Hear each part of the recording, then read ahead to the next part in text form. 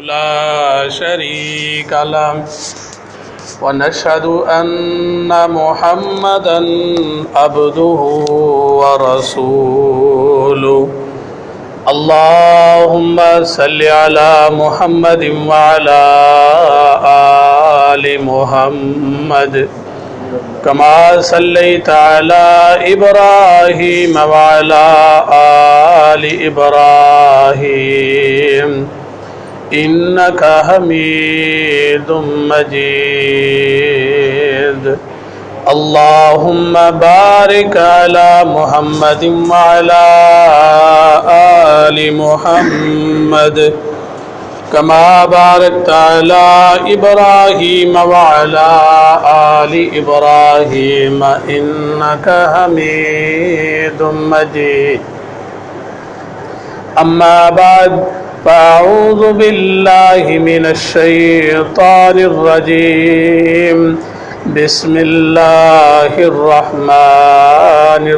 الرحيم يا أيها الذين آمنوا اتقوا الله حق تقاته ولا تموتن إلا وأنتم مسلمون يا أيها الذين آمنوا اصبروا وصابروا ورابطوا واتقوا الله لعلكم تفلحون يا أيها الناس اتقوا ربكم الذي خلقكم من نفس واحدة وخلق منها زوجها وبث منهما رجالا كثيرا ونساء واتقوا الله الذي تساءلون به والأرحام إن الله كان عليكم رقيبا يا أيها الذين آمنوا اتقوا الله وقولوا قولا سديدا يصلح لكم أعمالكم ويغفر لكم ذنوبكم ومن يطع الله ورسوله فقد فاز فوزا عظيما فإن خير الحديث كتاب الله وخير الهدي هدي محمد صلى الله عليه وسلم وشر الأمور محدثاتها وكل محدثة بدعة وكل بدعة ضلالة وكل ضلالة في النار بسم الله الرحمن الرحيم يا أيها الذين آمنوا توبوا إلى الله توبة نصوحا عسى ربكم أن يكفر عنكم سيئاتكم ويدخلكم جنات تجري من تحتها الأنهار يوم لا يخزي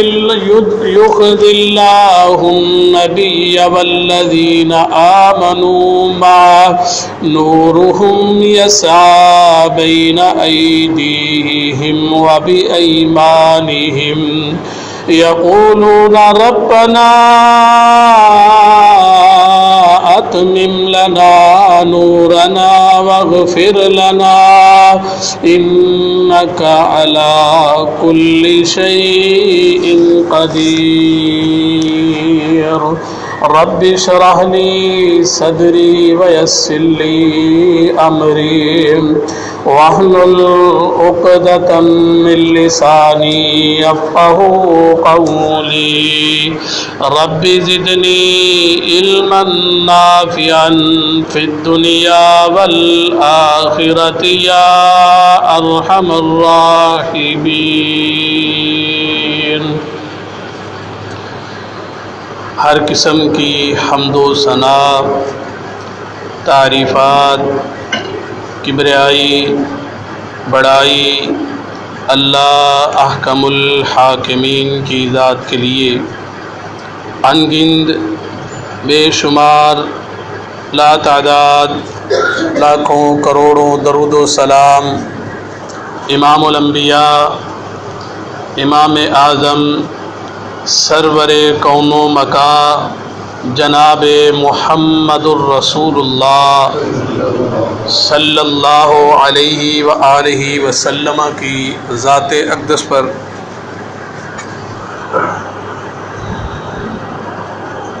میں نے آپ کے سامنے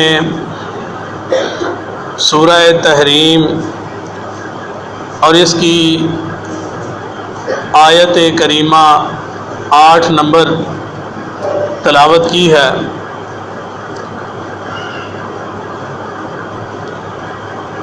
یہ مہینہ اللہ کی طرف سے بڑا ہی بابرکت مہینہ آیا، جس نے اس مہینے کی قدر کی، اس مہینے کی اہمیت کو سمجھا اور اس مہمان کی مہمان نوازی کی، وہ کامیاب ہو گیا۔ لیکن جو اس مہمان کا میزبان نہ بن سکا، جس نے اس مہمان کی مہمان نوازی نہ کی،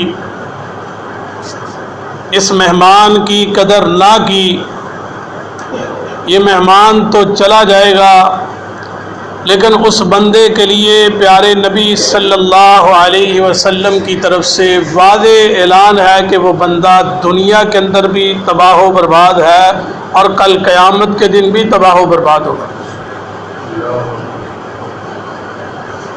اتنی برکتوں والا مہینہ، اتنی رحمتوں والا مہینہ ہم سے جدا ہونے والا ہے۔ اس کی چند گھڑیاں، چند لمحات باقی ہیں۔ میرا آج کا جو موضوع ہے وہ یہ ہے کہ توبہ اور اس کے بعد اللہ کی خوشی کا حصول، یہ دونوں ملتی جلتی باتیں ہیں، اور ہمارا دنیا میں آنے کا جو مقصد اور مشن ہے وہ یہی ہے کہ ہم اپنے رب کو دنیا کے اندر رہتے ہوئے اگر راضی کر لیں گے تو کل قیامت کے دن ہم کسی قسم کی تکلیف اور پریشانی کے اندر مبتلا نہیں ہوں گے۔ اگر ہمارا رب جو ہے راضی ہو گیا ہم سے، ہمیں معاف کر دیا، ہمارے لیے مغفرتوں کا، بخششوں کا، جنتوں کا اعلان ہو گیا، تو ہم جنتوں کے حقدار بن جائیں گے، اللہ کی رحمتوں کے حقدار بن جائیں گے، اور ہمارا زندگیوں کا مقصد پورا ہو جائے گا۔ اسی حوالے سے میں چند گزارشات قرآن و سنت کی روشنی میں آپ کے سامنے گوشے گزار کروں گا۔ ہم دنیا کے اندر رہتے ہوئے گناہوں کی دندل کے اندر اتنا پھنسے ہوئے ہیں، اتنا پھنسے ہوئے ہیں کہ ہم چھوٹے چھوٹے گناہوں کو گناہ ہی تصور نہیں کرتے۔ چھوٹے چھوٹے گناہوں سے مراد کسی بندے کا جھوٹ بول لینا، کسی بندے کا کسی کے بارے میں غیبت کر لینا،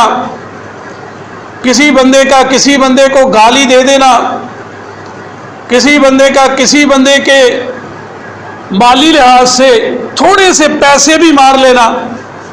کسی بندے کا کسی بندے کے ساتھ تھوڑا سا بھی ظلم و زیادتی کرنا، جس کو ہم معاشرے کے اندر سمجھتے ہیں کہ اس بندے کے اگر میں نے 10-20 روپے دینے ہیں تو یہ کون سی بڑی بات ہے، اس کے بارے میں تو پرستش نہیں ہو سکتی، اس کے بارے میں تو کیسے پوچھا جائے گا۔ یعنی ہم جو چھوٹے چھوٹے گناہ ہیں جن کو گناہ تصور ہی نہیں کرتے۔ پیارے نبی صلی اللہ علیہ وسلم کے دور کے حوالے سے ایک حدیث آتی ہے کہ صحابہ کرام رضوان اللہ علیہم اجمعین جو ہے چھوٹے چھوٹے گناہ جن کو ہم گناہ سمجھتے نہیں ہیں، اگر کسی نے ہمیں مذاق کیا ہے تو ہم اسے طنزیہ مذاق کے اندر گالی گلوچ بھی کر دیتے ہیں، اور جو ہے اس کا نام الٹا ڈال کر اس کو بلاتے ہیں، اس کو جو ہے طرح طرح کی جو ہے اس کے اوپر طنز اور طعن و تشریح کرتے ہیں۔ یعنی یہ چھوٹے چھوٹے گناہ جو ہم کرتے ہیں ان کو ہم گناہ تصور نہیں کرتے۔ صحابہ کرام رضوان اللہ علیہم اجمعین کے بارے میں آتا ہے کہ اللہ کے نبی صلی اللہ علیہ وسلم کے دور جو ہے ایسا دور تھا کہ ان المؤمن یرا ذنوبہ کأنہ قاعد تحت جبل یخاف ان یقع علیہ۔ صحابہ کرام رضوان اللہ علیہم اجمعین کہتے ہیں کہ ہمارے دور کے اندر مومنوں کا عالم یہ ہوا کرتا تھا کہ اگر کسی نے کوئی چھوٹا سا گناہ بھی کر دیا، کسی نے غیبت کر لی، کسی نے چغلی کر دی، کسی نے کسی کو تھوڑا سا دھوکہ دے دیا، کسی نے کسی کے ساتھ ہلکی پھلکی زیادتی کر لی، اس کے بارے میں بھی صحابہ کرام رضوان اللہ علیہ مجمعین کہتے ہیں وہ بندہ جو زیادتی کرنے والا تھا، وہ بندہ جو کسی کے ساتھ دھوکہ اور فریب کرتا، وہ بندہ جس سے چھوٹی سی غلطی ہو جاتی، اس کے بارے میں کأنہ قائد تحت جبل یخاف ان یقع علیہ، وہ بندہ اس غلطی کو، اس گناہ کو اتنا بڑا محسوس کرتا کہ جیسے ایک بہت بڑا پہاڑ ہے، اس پہاڑ کے نیچے اس کی مثال دے کے صحابہ کرام سمجھاتے ہیں کہ ایک پہاڑ ہے، پہاڑ کے نیچے ایک بندہ بیٹھا ہوا ہے، وہ بندہ جو ہے اس پہاڑ کے بارے میں یہ سمجھتا ہے کہ اگر یہ پہاڑ میرے اوپر گر گیا تو مجھے ملیا میٹ کر دے گا، مجھے ختم کر دے گا، مجھے نیست و نابود کر دے گا۔ صحابہ کرام رضوان اللہ علیہم اجمعین چھوٹے گناہ کو اپنے لیے وہ پہاڑ کی طرح اس پہاڑ کی طرح سمجھتے تھے، یہ چھوٹے چھوٹے گناہوں کے اوپر۔ اور انہوں نے فرمایا کہ مومن کے لیے یہ گناہ جو ہے اسی طرح، اور فاسق اور فاجر کے لیے گناہ کس طرح ہے کہ جیسے ایک مکھی اڑتی ہوئی ایک بندے کے ناک کے اوپر آ کے بیٹھتی ہے، وہ بندہ جو ہے اس ناک کو یوں جھاڑتا ہے، وہ مکھی اڑ کے چلی جاتی ہے۔ فاجر اور فاسق کے لیے چھوٹے گناہ کی مثال اس طرح ہے کہ وہ چھوٹے گناہ کو گناہ تصور ہی نہیں کرتا، وہ چھوٹی غلطی کو چھوٹی غلطی تصور ہی نہیں کرتا،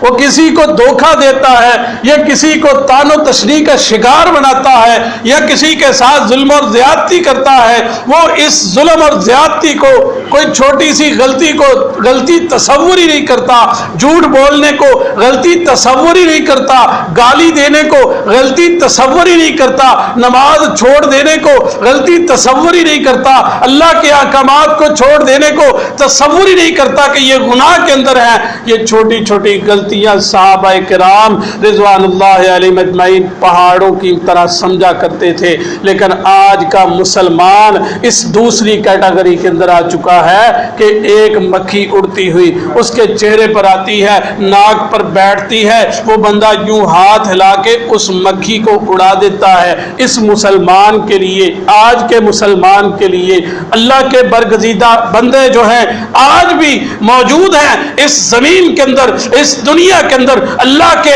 ولی جو ہیں موجود ہیں، لیکن اکثریت مسلمانوں کا عالم یہ ہے کہ اللہ سے اتنی دوری ہو چکی ہے، اتنی دوری ہو چکی ہے، ان گناہوں کو، ان غلطیوں کو تو کجا بڑی بڑی غلطیوں کو بھی غلطی تصور نہیں کرتے۔ اس کی چھوٹی سی مثال دیتا ہوں آپ کو، صحابہ کرام رضوان اللہ علیہ مجمعین کے چند قصے، ان میں سے آپ کو تھوڑی سی وضاحت کے ساتھ، جو ہے نا قبیلہ ہے، اس قبیلے کی ایک عورت نے زنا کر لیا، زنا کرنے کے بعد اب اس عورت کا حوصلہ دیکھیے،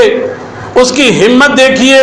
اللہ کے ساتھ جو ہے محبت اور پیار کا عالم دیکھیے، دنیا کے ساتھ جو ہے نفرت کا عالم دیکھیے۔ یہ گناہ کر لینا انسانی فطرت ہے، گناہ کا ہو جانا یہ انسان کے لیے کوئی بڑی بات نہیں ہے، انسان تو ہے ہی غلطیوں کا پتلا۔ پیارے نبی صلی اللہ علیہ وسلم کی واضح حدیث ہے، آپ نے فرمایا کہ مسلمان جو ہے، آپ نے فرمایا کہ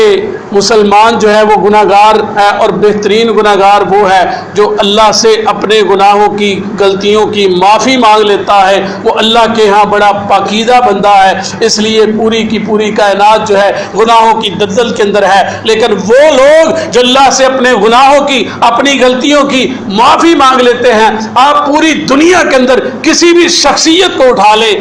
کسی نہ کسی گناہ کے اندر ہر شخصیت آپ کو ملوث نظر آئے گی۔ اس کے پیچھے وجہ کیا؟ انسان ہے ہی غلطیوں کا پتلا۔ اس جوہینہ قبیلے کی عورت نے زنا کر لیا، بہت بڑا جرم ہے۔ پیارے نبی صلی اللہ علیہ وسلم کے دربار کے اندر خود ہی حاضر ہوئی، جانتی تھی کہ اسلام کے اندر جو ہے زنا کرنے والی، شادی شدہ زنا کرنے والی عورت کے لیے جو ہے وہ یہی قانون ہے کہ اسے پتھر مار مار کے رجم کر دیا جائے، اور اتنی دیر تک پتھر مارتے رہو جب تک اس کی سانس ختم نہیں ہو جاتی۔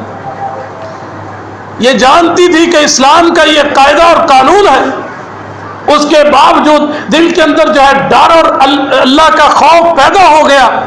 فوراً جو ہے گناہ کرنے کے بعد پیارے نبی صلی اللہ علیہ وسلم کے دربار کے اندر حاضر ہوئی، کہنے لگی اللہ کے نبی صلی اللہ علیہ وسلم مجھ سے ایک غلطی، گناہ سرزد ہو گیا ہے، میں زنا کر بیٹھی ہوں۔ پیارے نبی صلی اللہ علیہ وسلم نے کہا اے بی بی گناہ ہو گیا، غلطی ہو گئی، اب جو ہے یہ جو بچہ جو ہے جس کی وجہ سے تو حاملہ ہو چکی ہے، اس بچے کو جنم دے، اس کے بعد میرے دربار کے اندر آنا، اس کے بعد میرے پاس آنا، اس کے بعد میں تجھے اس کا علاج بتاؤں گا، میں تجھے اس کا حل بتاؤں گا۔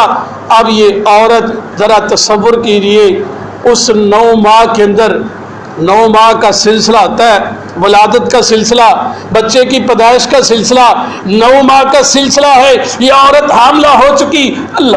اللہ کے نبی صلی اللہ علیہ وسلم نے کہا کہ تو چلی جا اپنے گھر کے اندر، 9 ماہ کا عرصہ گزار، اس کے بعد تو میرے پاس آنا، میں تجھے حل بتاؤں گا۔ یہ عورت جو ہے اپنے گھر کے اندر چلی جاتی ہے۔ ذرا تصور کی دنیا میں جا کے دیکھیے، ایک بندہ ایک دن کے اندر گناہ کرتا ہے، شام پڑتی ہے گناہ بھی بھول جاتا ہے، غلطی بھی بھول جاتا ہے، صبح ہوتی ہے اسے یاد ہی نہیں ہوتا کہ میں نے پچھلی رات کو کون سی غلطی کی تھی۔ یہ عورت جو ہے 9 مہینے کا صبر برداشت کرنے کے لیے تیار ہو گئی، اور یہ اپنے گھر کے اندر کس عالم میں رہی ہوگی، راتوں کو اٹھ کر اللہ کے حضور سجود و رکوع کرتی رہی ہوگی، راتوں کو رب کو منانے کی کوشش کرتی رہی ہوگی، یا اللہ میں گناہ کر چکی، یا اللہ میں غلطی کے اندر مبتلا ہو چکی، یا اللہ تو خالق ہے، تو مالک ہے، تو رازق ہے، یا اللہ میں تیری بندی، اب جو ہے میرے اوپر حد لگ جائے، میرے اوپر حد لگ جائے۔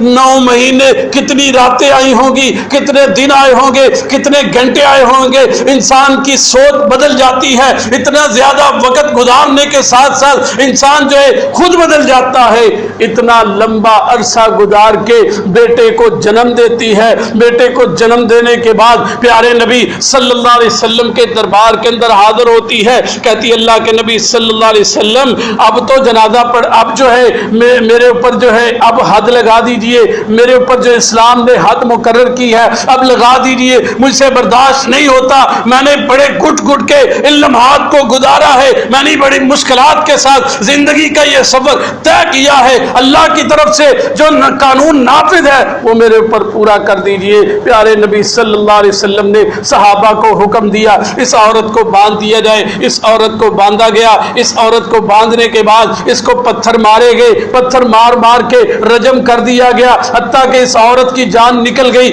اس عورت نے وفات پالی۔ اس کے بعد پیارے نبی صلی اللہ علیہ وسلم آگے بڑھے، آپ نے صحابہ کو کہا اس عورت کا جنازہ پڑھنا ہے۔ آپ صلی اللہ علیہ وسلم آگے بڑھ کے اس عورت کا جنازہ پڑھاتے ہیں۔ جنازے کے بعد حضرت عمر فاروق رضی اللہ تعالیٰ عنہ کہنے لگے اللہ کے نبی عجیب ماجرا ہے، ایک زانیہ عورت تھی، ایک بدکارہ عورت تھی، ایک گناہگار عورت تھی، ایک اللہ کی نافرمان عورت تھی، ایک اللہ کے راستے سے بھٹکی ہوئی عورت کا آپ نے جنازہ پڑھایا۔ یہ بات ہمیں سمجھ نہیں آئی ہے، یہ بات ہمیں ہضم نہیں ہوتی ہے، یہ کیسے ممکن ہے کہ آپ ایک گناہگار بدکارہ عورت کا جنازہ پڑھا رہے ہیں؟ پیارے نبی صلی اللہ علیہ وسلم نے کہا میرے صحابی اس عورت کے بارے میں کوئی جملہ نہ کہنا، میں رب العالمین سے کلام کر چکا ہوں، اللہ نے یہ اعلان کر دیا ہے آسمانوں سے، فواللہ اللہ کی قسم ہے مدینے کے اندر سب سے بڑے گناہگار 70 ایسے گناہگار مدینے کے اکٹھے کر لو جن کے لیے رب العالمین سے معافیوں کے دروازے بند ہو چکے ہیں، جو دنیا کے اندر سب سے بڑے گناہگار لوگ ہیں، ان کو جمع کر لو، اس عورت کی ان 70 گناہگاروں کے اوپر توبہ کو تقسیم کر دو، پھر بھی اس کی توبہ زیادہ ہو جائے گی۔ یہ عورت کا عالم دیکھیے، ایمانی جذبہ دیکھیے، اور اس کا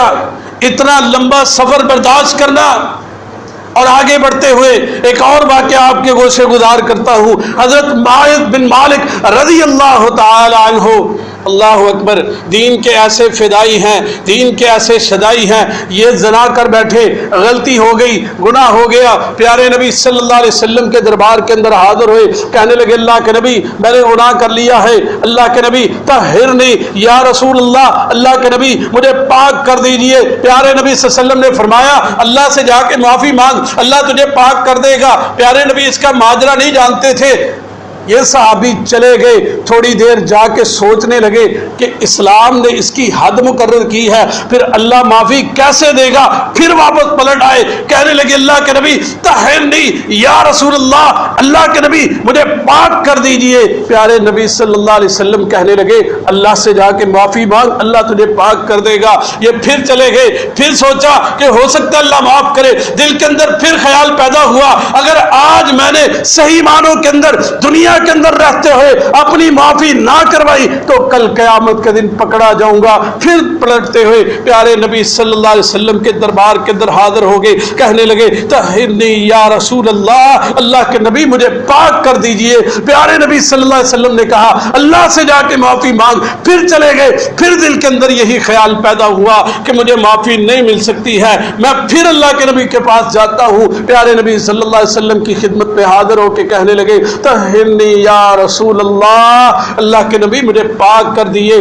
4 مرتبہ گئے، واپس آئے، دل کو سکون نہیں ہے، دل کو چین اور قرار نہیں مل رہا، میں گناہ کر چکا ہوں، میں غلطی کا مرتکب ہو چکا ہوں، اسلامی قواعد و ضوابط کے مطابق میری جان بھی نکل جائے تو مجھے گوارا ہے، لیکن میں اللہ کے ہاں جنت کے اندر سرخرو ہونا چاہتا ہوں، جنت کو پانا چاہتا ہوں۔ جنت کے حصول کے لیے 4تھی مرتبہ پھر جو ہے پیارے نبی صلی اللہ علیہ وسلم کے سامنے حاضر ہو گئے۔ اللہ کے نبی صلی اللہ علیہ وسلم نے فرمایا فیما اطہرک، میں تجھے کس کام کے اندر پاک کروں، تو نے کون سی غلطی کی ہے؟ کہنے لگے اللہ کے نبی میں زنا کر بیٹھا ہوں۔ پیارے نبی صلی اللہ علیہ وسلم نے صحابہ کرام رضوان اللہ علیہم اجمعین کو جمع کیا، کہا اس صحابی کو باندھ دیا جائے۔ صحابی کو باندھا گیا، پیارے نبی صلی اللہ علیہ وسلم نے اعلان کیا اس صحابی کو پتھر مارے گئے، رجم کیا گیا، حتیٰ کہ یہ صحابی جو ہے اس دار فانی کو چھوڑ کے چلے گئے۔ اس کے بعد پیارے نبی صلی اللہ علیہ وسلم نے اس کی نماز جنازہ پڑھائی، اور نماز جنازہ پڑھانے کے بعد پیارے نبی صلی اللہ علیہ وسلم گھر میں چلے گئے۔ صحابہ کرام جو ہے سوچنے لگے، بعض کہنے لگے کہ اس نے بڑی اچھی توبہ کی ہے، یہ جنتی ہے، بعض کہنے لگے کہ اللہ کے نبی نے گناہگار بندے کی نماز جنازہ پڑھا دی ہے۔ 2 طبقوں کے اندر صحابہ کرام تقسیم ہو گئے۔ اس کے بعد پیارے نبی صلی اللہ علیہ وسلم جو ہے اگلے دن جو ہے صحابہ کرام کی مجلس کے اندر حاضر ہوئے۔ آپ نے جو ہے اللہ کے نبی صلی اللہ علیہ وسلم نے درس دیا، پھر آپ نے کہا کہ معاذ بن مالک نے ایسی توبہ کی ہے، ایسی توبہ کی ہے، میں محمد صلی اللہ علیہ وسلم اعلان کرتا ہوں کہ اگر ایک امت کے اوپر بھی معاذ بن مالک کی توبہ کو تقسیم کر دیا جائے تو اس سے بھی بڑی توبہ ہے اس کی۔ صحابہ کرام کا جذبہ ایمانی دیکھیے، کہا گناہ ہو گیا ہے، معافی نہیں چاہیے، اللہ کی طرف سے جو قانون ہے وہ لاگو کیجیے۔ کل قیامت کے دن جو تپتی ہوئی اللہ کی طرف سے جو ایک بہت بڑا اللہ کی طرف سے جو آسمان دنیا پر آنے والا سورج ہے، اس کی تپش کو برداشت نہیں کر سکیں گے، جہنم کی آگ کا ایندھن نہیں بن سکیں گے۔ اللہ اکبر۔ ان چیزوں کو سامنے رکھتے ہوئے صحابہ کرام اللہ سے معافیاں مانگ رہے ہیں، اور اس صحابی سے کے ساتھ جس عورت نے زنا کیا، وہ غامدیہ عورت، وہ بھی اللہ کے نبی صلی اللہ علیہ وسلم کے دربار کے اندر حاضر ہوئی، کہنے لگی اللہ کے نبی مجھے پاک کر دیجئے۔ پیارے نبی صلی اللہ علیہ وسلم نے کہا چلی جا، اللہ تجھے پاک کر دے گا۔ اس عورت نے کہا کہ ماعز بن مالک کی طرح مجھے بھی بھیجنا چاہتے ہو؟ میں نہیں جاؤں گی۔ اللہ کے نبی صلی اللہ علیہ وسلم نے پوچھا ماعز بن مالک کے ساتھ تیرا کیا تعلق ہے؟ اس نے کہا میں نے اس صحابی کے ساتھ زنا کیا۔ پیارے نبی صلی اللہ علیہ وسلم نے صحابہ کرام کو یہ حکم دیا اس عورت کی ایک بندہ رکھوالی کرے گا، اس عورت کے لیے جو ہے ایک بندے کو منتخب کیا جائے کہ اس عورت نے جو ہے اپنے بچے کو جنم دینا ہے، اس کے لیے ایک صحابی کی ڈیوٹی لگا دی گئی۔ اس عورت نے بچے کو جنم دیا، جنم دینے کے بعد 9 مہینے کا بڑا لمبا عرصہ ہے گزارنے کے بعد پیارے نبی صلی اللہ علیہ وسلم کی خدمت کے اندر حاضر ہوتی ہے۔ پیارے نبی صلی اللہ علیہ وسلم نے فرمایا کہ ابھی یہ بچہ جو ہے دودھ پینے کے قابل ہے، جب دودھ چھوڑ دے گا اس کے بعد پھر اس کو میرے پاس لے کے آنا، یعنی تقریباً پھر اس کے بعد 2 سال کا پھر وقفہ پڑ گیا کہ اس بچے کی پرورش کرنی ہے۔ 2 سال کے اندر انسان کی سوچ بدل جاتی ہے، لیکن اللہ کے نبی کے ماننے والوں کا عالم کیا ہے، رب کے حضور جھکے ہوئے ہیں۔ اللہ ہماری جانیں بھی نکل جائے تو ہمیں کوئی پرواہ نہیں ہے، لیکن ہمیں معافی چاہیے۔ تیرے دربار کے اندر آج ہم جو ہے جنت کے حصول کے لیے کھڑے ہیں۔ یہ صحابیہ اللہ کے نبی کے ماننے والی بچے کو ہاتھ کے اندر ٹکڑا پکڑا کے بچہ چبا رہا ہے، پیارے نبی صلی اللہ علیہ وسلم کے سامنے لے کے آئی، کہنے لگی اللہ کے نبی بچے نے ہاتھ کے اندر جو ہے روٹی کا ٹکڑا پکڑا ہوا ہے، بچہ کھانا کھانے کے قابل ہو چکا ہے، اب تو میرے اوپر حد لگا دیجیے۔ اللہ کے نبی صلی اللہ علیہ وسلم نے اپنے صحابہ کو حکم دیا، صحابہ کرام رضوان اللہ علیہم اجمعین نے اس عورت کو جو ہے ایک جگہ کے اندر کھڑا کر کے اس کو باندھ دیا، پھر اس کے بعد جو ہے اس عورت کو جو ہے اسی طرح رجم کیا گیا، پھر اس کے بعد اس عورت کی روح پرواز کر گئی۔ وہاں پر حضرت خالد بن ولید رضی اللہ تعالی عنہ موجود تھے، کہنے لگے آپ نے ایک پتھر پکڑا، اس عورت کو مارا، اس عورت کے خون کے چھینٹے چند چھینٹے حضرت خالد بن ولید رضی اللہ تعالی عنہ کے کپڑوں کے اوپر پڑے، اور جب پڑے تو کہنے لگے کہ غلیظ عورت کا خون جو ہے میرے جسم پر آ کے گرا ہے۔ پیارے نبی صلی اللہ علیہ وسلم کو یہ بات گوارا نہ ہوئی، اللہ کے نبی صلی اللہ علیہ وسلم نے درس دیا، نماز پڑھائی۔ اللہ کے نبی صلی اللہ علیہ وسلم نے فرمایا میرے صحابیوں سن لو، دنیا کا سب سے بڑا جابر حکمران جو ٹیکس لینے والا ہے، جو ظلم اور زیادتیاں کرنے والا ہے، جو پوری کائنات کو جو ہے اس کے اوپر ظلم اور زیادتیاں کرنے والا، اللہ کا سب سے بڑا مجرم اللہ کی عدالت کے اندر اگر کھڑا ہو جائے اور اس کی توبہ کو اس کی توبہ کے اوپر تقسیم کیا جائے تو اللہ جو ہے اس بندے کو بھی معاف کر دے۔ جب انسان کا جذبہ اس انداز کا ہو تو اللہ کی طرف سے رحمتوں کی امیدیں بھی ہوتی ہے، اللہ اپنے بندوں کو معاف بھی کرتا ہے۔ یہ تو صحابہ کرام رضوان اللہ علیہم اجمعین کی زندگیاں ہیں۔ اللہ قرآن کے اندر کہتے ہیں وَاسْتَغْفِرُ اللَّهَ إِنَّ اللَّهَ كَانَ غَفُورًا رَحِيمًا، اللہ سے اپنے گناہوں کی اپنی غلطیوں کی معافی مانگو، اللہ بڑا بخشنے والا ہے، غفوراً بخشنے والا ہے، رحیماً یہ اس کی صفتیں ہیں، اللہ جو ہے بخشنے والا ہے، رحیماً رحم کرنے والا ہے۔ دوسرے مقام کے اوپر اللہ نے فرمایا یا ایھا الذین آمنوا توبوا الاللہ توبۃ نصوحا، اے ایمان والو اللہ سے توبہ کرو توبہ۔ اللہ نے کہا توبہ کیسی ہے؟ توبۃ نصوحا، نصوحا کا مطلب پکی توبہ، سچی توبہ، رب کے سامنے گریہ داری کرنی پڑے، رب کے سامنے جس طرح کا بھی مرضی معاملہ پیش کرنا پڑے، حتیٰ کہ اپنی جان تک بھی گوانی پڑے تو وہ بھی گوانے سے گریز نہ کرے۔ توبو الاللہ توبۃ نصوحا، ایسی توبہ جو پکی اور سچی توبہ ہو۔ عسیٰ ربکم ان یکفر عنکم سیئاتکم، اللہ رب العزت تمہاری غلطیوں کو، گناہوں کو معاف کر دیں گے۔ ویدخلکم جنات، اللہ تمہیں جنتوں کے اندر داخل کر دیں گے۔ تجری من تحتها الانہار، جن کے نیچے سے نہریں چلتی ہوں گی۔ یوم لا یخزی اللہ النبی، اللہ جو ہے اس دن یعنی قیامت کے دن جو ہے، یوم لا یخزی اللہ النبی والذین آمنوا معہ، اللہ جو ہے اپنے نبی کو اور اس کے ساتھ جو ایمان لے کے آئے، جنہوں نے توبہ کے عالم کو پکڑا، جنہوں نے توبہ کے لیے اپنے رب کو منا لیا، جنہوں نے اپنے رب کے سامنے گریہ داری کی، اللہ کو منا کے اس دنیا سے کوچ کر کے گئے۔ اللہ قرآن کے اندر کہتے ہیں یوم لا یخزی اللہ ان کو قیامت کے دن رسوا بھی نہیں ہونے دے گا۔ نورہم یسعی بین ایدیہم و بایمانہم، ان کے آگے سے ان کے پیچھے سے نور ہی ان کے اوپر ہوگا۔ یہ اللہ رب العزت کا خاص فضل اور کرم ان کے لیے ہوگا۔ اسی طرح اللہ رب العزت نے قرآن مجید کے 20 مقام کے اوپر توبہ کے حوالے سے فرمایا وَتُوبُوا إِلَى اللَّهِ جَمِيعًا أَيُّهَا الْمُؤْمِنُونَ لَعَلَّكُمْ تُفْلِحُونَ، تم اللہ سے توبہ کرو،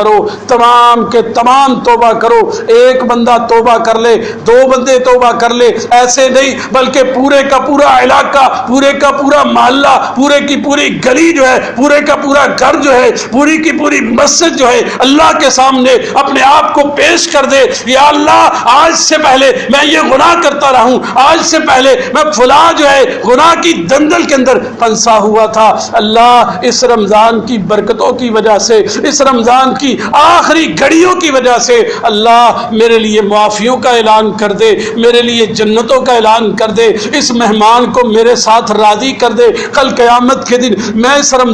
رمضان جیسے مہمان سے ملاقات کرنا چاہتا ہوں، اللہ قیامت کے دن اس رمضان کے ساتھ میری ملاقات کروا دے۔ اگر میری ملاقات اس سے ہو گئی تو یہ خود جو ہے تیرے ساتھ جھگڑا کر کے مجھے جنت کے اندر لے کے چلا جائے۔ اس انداز سے توبہ کروں، اللہ کے سامنے اپنے گناہوں کو پیش کروں۔ اور پیارے نبی صلی اللہ علیہ وسلم کے بارے میں آتا ہے، اللہ کے نبی صلی اللہ علیہ وسلم نے فرمایا یا ایھا الناس توبوا الی اللہ فانی اتوب الیہ فی الیوم 100 مرۃ، بہت بڑی بات ہے۔ اللہ کے نبی صلی اللہ علیہ وسلم نے فرمایا اے لوگوں توبہ کرو، اللہ سے توبہ کرو۔ آپ نے فرمایا میں نبی جناب محمد الرسول اللہ صلی اللہ علیہ وسلم نے اپنی بات کی، کہا کہ میں اللہ کا نبی ہوں، اللہ کا پیغمبر ہوں، لیکن اس کے باوجود اللہ سے دن کے اندر 100 مرتبہ توبہ کرتا ہوں۔ فإني أتوب إليه في اليوم 100 مرة، اللہ کے نبی جن کے اندر کوئی عیب نہیں ہے، کسی قسم کی کوئی غلطی موجود نہیں ہے، لیکن پھر بھی اللہ کے سامنے توبہ کا عالم یہ ہے، اللہ کے نبی کہتے ہیں میں اللہ سے دن کے اندر ایک دن کے اندر 100 مرتبہ توبہ کرتا ہوں۔ اور ہمارا عالم تو یہ ہے، ہم تو ایک سیکنڈ کے اندر ہزاروں گناہ کر جاتے ہیں۔ ہم تو گناہوں کی لائنیں لگا کے بیٹھے ہیں، ہم جو ہے گناہوں کی دندلوں کے اندر پھنسے ہوئے ہیں، اور ہم سمجھ رہے ہیں ہماری نمازیں بھی قبول ہو رہی، ہمارے روزے بھی قبول ہو رہے ہیں، ہمارے لیے جنتوں کے اعلان ہو رہے ہیں، اور ہم اسی غلط فہمی کے اندر، یہ خوش فہمی نہیں ہے، اسی غلط فہمی کے اندر مبتلا ہے کہ ہم جنتوں میں چلے جائیں گے۔ اللہ کے حضور اپنے آپ کو پیش تو کرے، رب سے اپنے گناہوں کی معافی تو مانگے۔ یہ تو اللہ کے نبی کی بات ہے، جتنے انبیاء دنیا کے اندر آئے ہیں سب نے اللہ سے معافیاں مانگی۔ حضرت آدم علیہ السلام اللہ نے جنت سے نکال دیا، رب نے قرآن کے اندر ان کی مغفرت کا ذکر کیا کہ انہوں نے مغفرت کے لیے جو جملے استعمال کیے، ربنا ظلمنا انفسنا، آدم علیہ السلام رب کے حضور کھڑے ہو گئے، ربنا ظلمنا انفسنا، اے اللہ ہم نے غلطی کی، ہم نے اپنی جانوں کے اوپر ظلم کیا، وَإِن لَّمْ تَغْفِرْ لَنَا وَتَرْحَمْنَا، اللہ اگر تو نے نہ بخشا، اگر تو ہم سے ناراض ہو گیا، اگر تیرا جو ہے رحمت کا دروازہ ہمارے لیے بند ہو گیا، وَتَرْحَمْنَا لَنَكُونَنَّ مِنَ الْخَاسِرِينَ، اللہ ہم تو ذلیل و رسوا ہو کے رہ جائیں گے۔ آدم علیہ السلام اللہ کے حضور رو کے دعائیں مانگ رہے ہیں، یا اللہ معاف کر دے، یا اللہ غلطی ہو گئی، میں نے خود اپنی جان کے اوپر ظلم کیا ہے، یا اللہ مجھے شیطان کی بات نہیں ماننی چاہیے تھی، اللہ میں ظلم کر بیٹھا ہوں، اپنی رحمت کے دروازے کھول دے، اللہ میری غلطی کو، میرے گناہ کو معاف کر دے۔ اور یہی بس نہیں، انبیاء کرام کی لائنیں لگی۔ حضرت نوح علیہ السلام، اللہ اکبر، حضرت نوح علیہ السلام اللہ سے بد دعا کرتے ہیں، یا اللہ میری قوم کے اوپر عذاب نازل کر دے۔ اللہ نے جب عذاب کو نازل کرنا شروع کیا، نوح علیہ السلام اپنے بیٹے کو کہتے ہیں کہ تو ہماری کشتی میں آ جا، تو ہمارے اہل میں سے ہے، تو ہمارے گھر والوں میں سے ہے، تو میرا بیٹا ہے، اس لیے میں چاہتا ہوں کہ میرا لختے جگر جو ہے اس عذاب کے اندر کہیں مبتلا نہ ہو جائے۔ اللہ کو یہ بات گوارا نہ ہوئی، اللہ نے کہا انہو لیس من اہلک انہو عمل غیر صالح، اللہ نے کہا اے نوح وہ تیرا بیٹا ضرور تھا، لیکن تیرے اہل وہ ہے جو تیری فرما برداری کرنے والے، جو تیرے ساتھ کھڑنے والے، جو تیرے ساتھ جو ہے کھڑے ہو کر توحید کا اعلان کرنے والے ہیں، وہ لوگ تیرے ساتھ ہیں اور وہ تیرے اہل میں سے ہے۔ انہو لیس من اہلک، وہ تیرے اہل میں سے تیرا بیٹا جو ہے اس کا تیرے ساتھ کوئی رشتہ، کوئی تعلق نہیں ہے۔ اللہ نے کہا انہو عمل غیر صالح فلا تسألنی ما لیس لک بہ علم، اللہ نے غصے کا اور غضب کا اظہار کیا۔ اللہ نے کہا کہ آج کے بعد تو نے مجھے ایسا سوال نہ کرنا، اللہ نے خود کہا فلا تسألنی ما لیس لک بہ علم، آج کے بعد مجھے ایسا سوال نہ کرنا، انی اعوذ بک ان تکون من الجاہلین، میں تجھے نصیحت کرتا ہوں کہ تو جاہلوں میں سے ہو جائے۔ اللہ نے نبی کو مخاطب کیا، نبی رب کے سامنے جھک گیا اور کہنے لگے ربی انی اعوذ بک، اللہ مجھے بخش دے، ان اسألک ما لیس لی بہ علم، جو میں نے تجھ سے غلط سوال کیا، جو میں نے تجھ سے غلط بات پوچھی کہ میرے اہل سے تھا، اللہ مجھے بخش دے، مجھے کچھ نہیں چاہیے، مجھے تیری رضا چاہیے، اگر تو راضی ہے تو سب کچھ ہے، اگر تو ناراض ہو گیا تو دنیا کے اندر بھی ذلت اور آخرت میں بھی ذلت ہو۔ اور پھر یہی بس نہیں، اس کے بعد موسیٰ علیہ السلام کے بارے میں واقعہ آتا ہے۔ موسیٰ علیہ السلام نے جو ہے فرعون کی قوم کے ایک بندے کو مکہ مار دیا، مکہ مار کے آپ علاقہ چھوڑ کے بھاگ گئے، اللہ ناراض ہو گیا اور موسیٰ علیہ السلام اللہ کے دربار کے اندر کھڑے ہو گئے، رب کے حضور جھک گئے، ربی انی، اللہ کے سامنے دعا کرنے لگے، ربی انی ظلمت نفسی فاغفر لی، اللہ میں نے اپنی جان کے اوپر ظلم کیا ہے، میں نے اپنی ذات کے اوپر ظلم کیا ہے، فاغفر لی، مجھے تو بخش دے۔ اور اسی طرح حضرت داؤد علیہ السلام نے اللہ سے دعا کی، وَظَنَّ دَاوُودُ أَنَّمَا فَتَنَّاهُ فَاسْتَغْفَرَ رَبَّهُ، رب سے استغفار کرتے ہیں، وَخَرَّ رَاكِعًا وَأَنَابَ، اللہ کے سامنے رکوع کرنا شروع ہو گئے، وَأَنَابَ، اس کی طرف رجوع کرنا شروع ہو گئے کہ یا اللہ مجھے معاف کر دے، استغفار کرنا شروع ہو گئے۔ اور اس کے بعد آگے بڑھیے، حضرت یونس علیہ السلام جب اپنی قوم سے نکل آتے ہیں، اللہ کے حکم کا انتظار نہیں کرتے ہیں، اللہ ناراض ہو گیا، اللہ نے آپ کو اس جو ہے آسمان، اللہ نے آپ کو جو ہے سمندر سے، کشتی سے گرا دیا، اور اس وقت پھر جو ہے موسیٰ علیہ السلام نے جب سکون والی جگہ حاصل کی، رب کے سامنے دعا کرنا شروع ہو گئے، لا الہ الا انت سبحانک انی کنت من الظالمین، اے اللہ تو پاک ہے، تیری ذات پاک ہے، تو ہر لحاظ سے خالق ہے، تو ہی میرا مالک ہے، تو ہی مجھے پالنے والا ہے، انی کنت من الظالمین، اللہ میں ظالم تھا، میں نے خود اپنے آپ کے اوپر ظلم کیا ہے، اللہ مجھے معاف کر دے۔ اسی طرح انبیاء کرام علیہ السلام کے 20 واقعات، ہر نبی نے اللہ کے سامنے گریہ داری کی ہے، ہر نبی نے اللہ کے سامنے رو رو کے اپنے رب کو منایا ہے۔ اب ذرا تصور سے بتائیے ہمارا اور نبیوں کا مقابلہ کیا ہے؟ ہم تو لمحہ بلمحہ گناہ کرنے والے، ہم جو ہے ہر گھڑی کے اندر 20 ہزاروں سینکڑوں کے اندر گناہ پہ گناہ کرتے جاتے ہیں، اور نبیوں کے ساتھ ہمارا کوئی جوڑ بھی نہیں بنتا ہے۔ اس کے بعد وجود ہم جو ہے ایک دن کے اندر ایک مرتبہ بھی اللہ سے استغفار نہیں کرتے۔ اس لیے غور کرے، اللہ اکبر، اللہ کی رحمت بڑی وسیع ہے۔ اللہ قرآن کے اندر فرماتے ہیں الم یعلموا ان اللہ هو یقبل التوبۃ عن عبادہ ویأخذ الصدقات۔ اللہ رب العزت جو ہے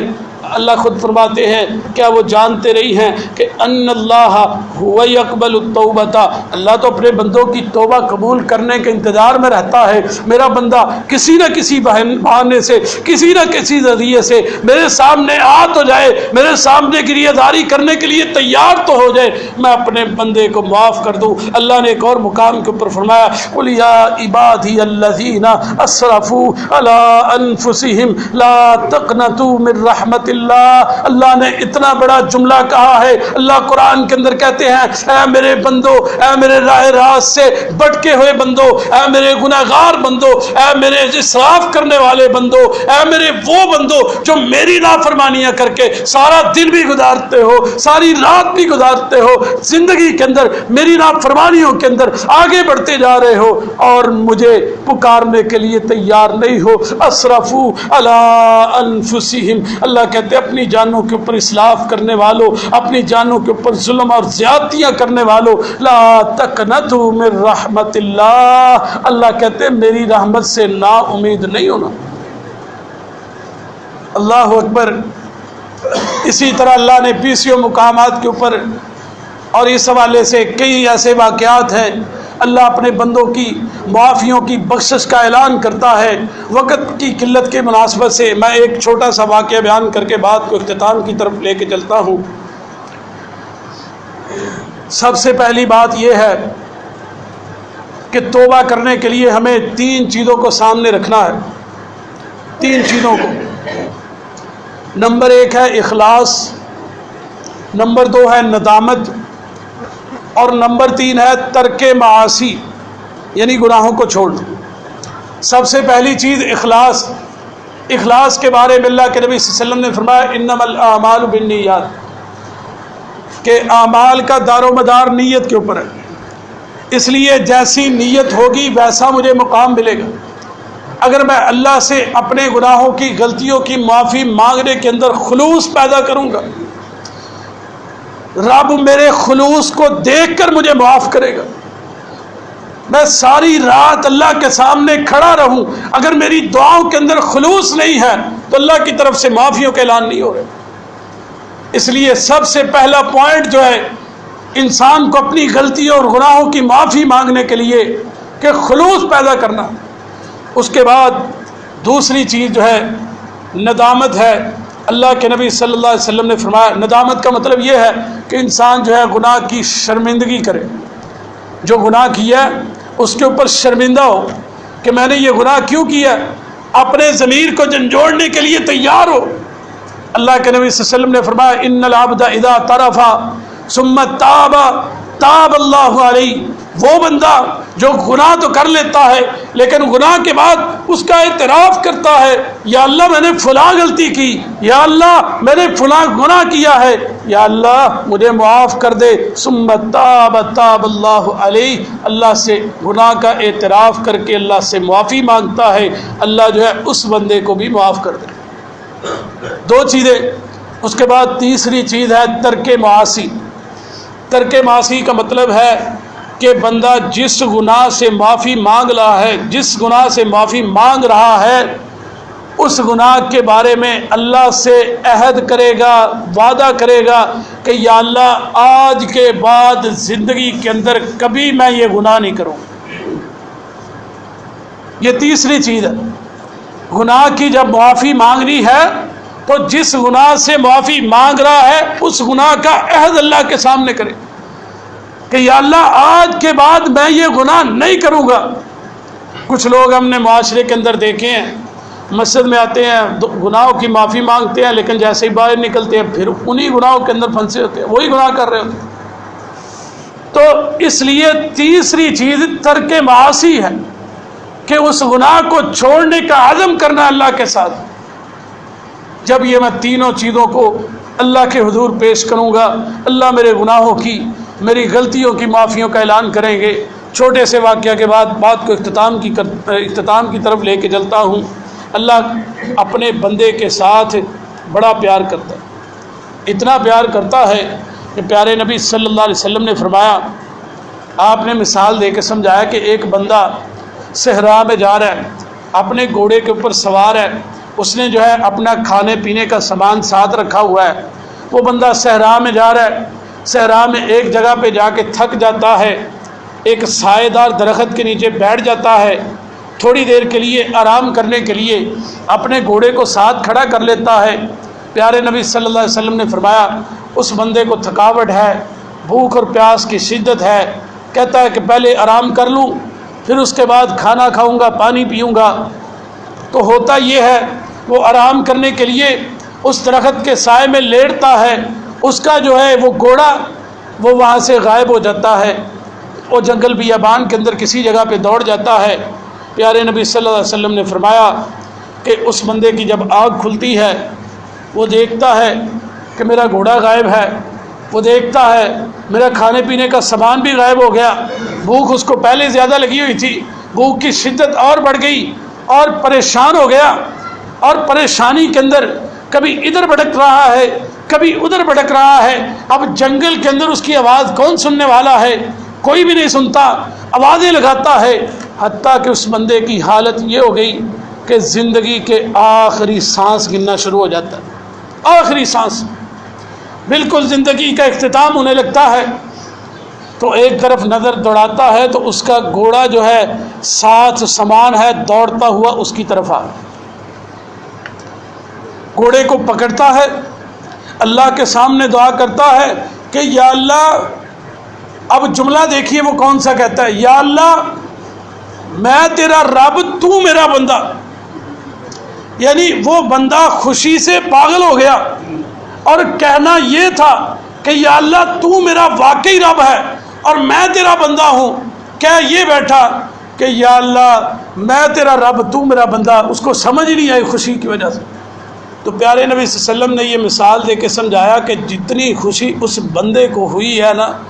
اس سے کئی گنا زیادہ اللہ کو ہوتی ہے جب اس کا بندہ، گناہ گار بندہ اس کے دربار کے اندر آ جاتا ہے۔ اس لیے اللہ تو اپنے بندے کے انتظار کے اندر رہتا ہے۔ کوشش کریں اپنے گناہوں کی، غلطیوں کی معافی مانگے۔ چند آخری لمحات ہیں رمضان کے، اختتام کی گھڑیاں ہیں۔ اللہ رب العزت سے دعا ہے اللہ رب العزت ہمیں صحیح معنوں پیارے پیغمبر صلی اللہ علیہ وسلم کی اتباع اور پیروی کرتے ہوئے زندگیاں بسر کرنے کی توفیق عطا فرمائے۔ وما توفیق الا باللہ۔